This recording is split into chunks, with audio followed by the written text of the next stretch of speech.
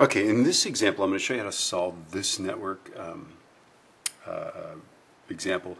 This is I call a double popper. We're actually going to have to go through the whole thing, whole process a couple times. Okay, so the first step here that I'm going to show you in this video is reducing this guy down to a solvable resistor, and then we'll solve this first part. We want to find all the currents through all these things and find all these voltages.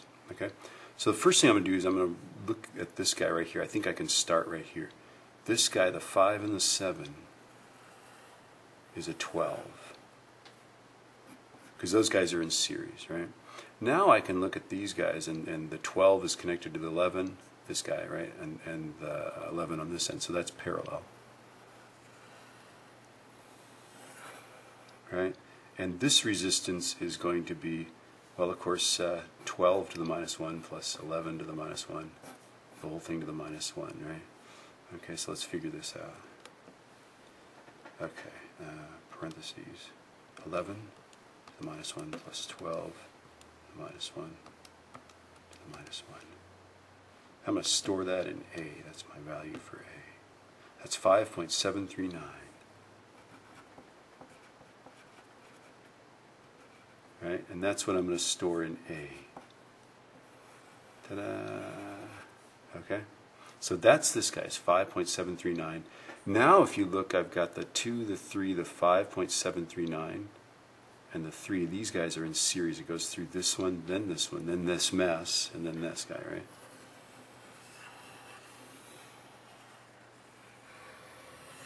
Okay?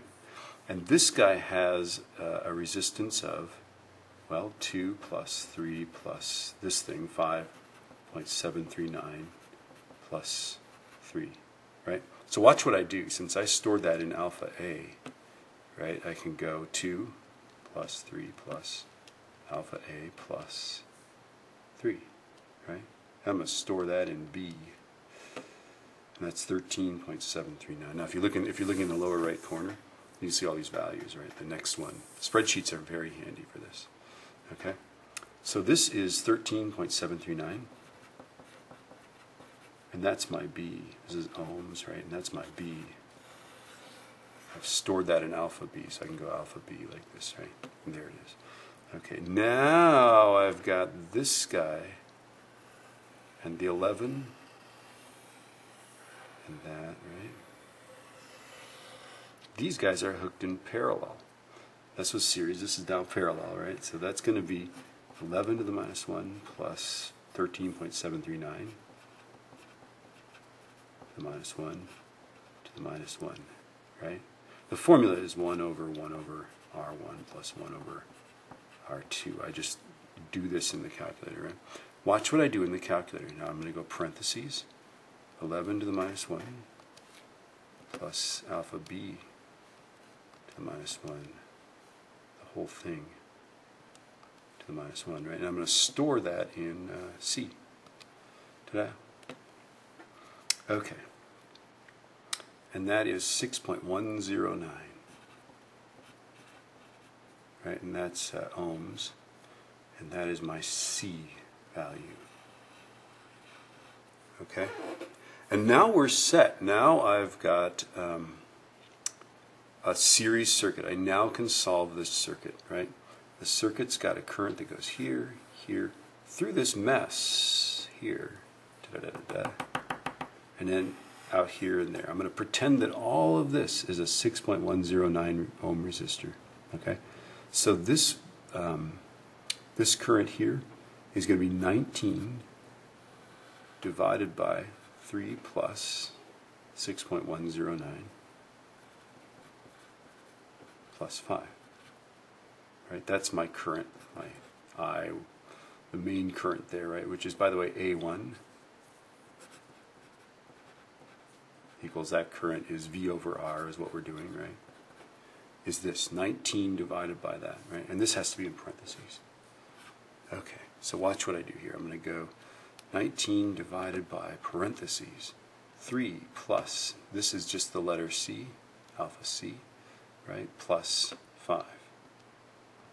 And I'm going to go storage. Well, I guess I'm on D right now, aren't I? Okay, what is that? 1.3466. There we go. So if you look at the bottom of the page, we're right on track. We've got this, right? Okay. Okay. So now we're set. This current here is 1.347 amps. Right? It's also the letter D. Okay. Now, that is the reading on A1, right? A1 reads 1.347 amps. And before we move on, let's find V1, which is our voltage from point to point, okay? So V1 is IR, right? Is this current here, 1.347 amps, times this whole resistance here, 6.109 ohms, right? So let's multiply that out. This is somewhat surprisingly, that's going to be C times D, alpha C, right? Alpha D, right? So alpha C times alpha D. And I'm going to store that in E, just for fun. Okay, so this voltage right here, and we're going to use this voltage in the next video to figure out all the rest of this, right? That voltage right there, V1, is 8.227 volts. Okay? Now in the next video, I'm going to show you what to do with the sub-circuit. We're going to get rid of the rest of the circuit and look at this.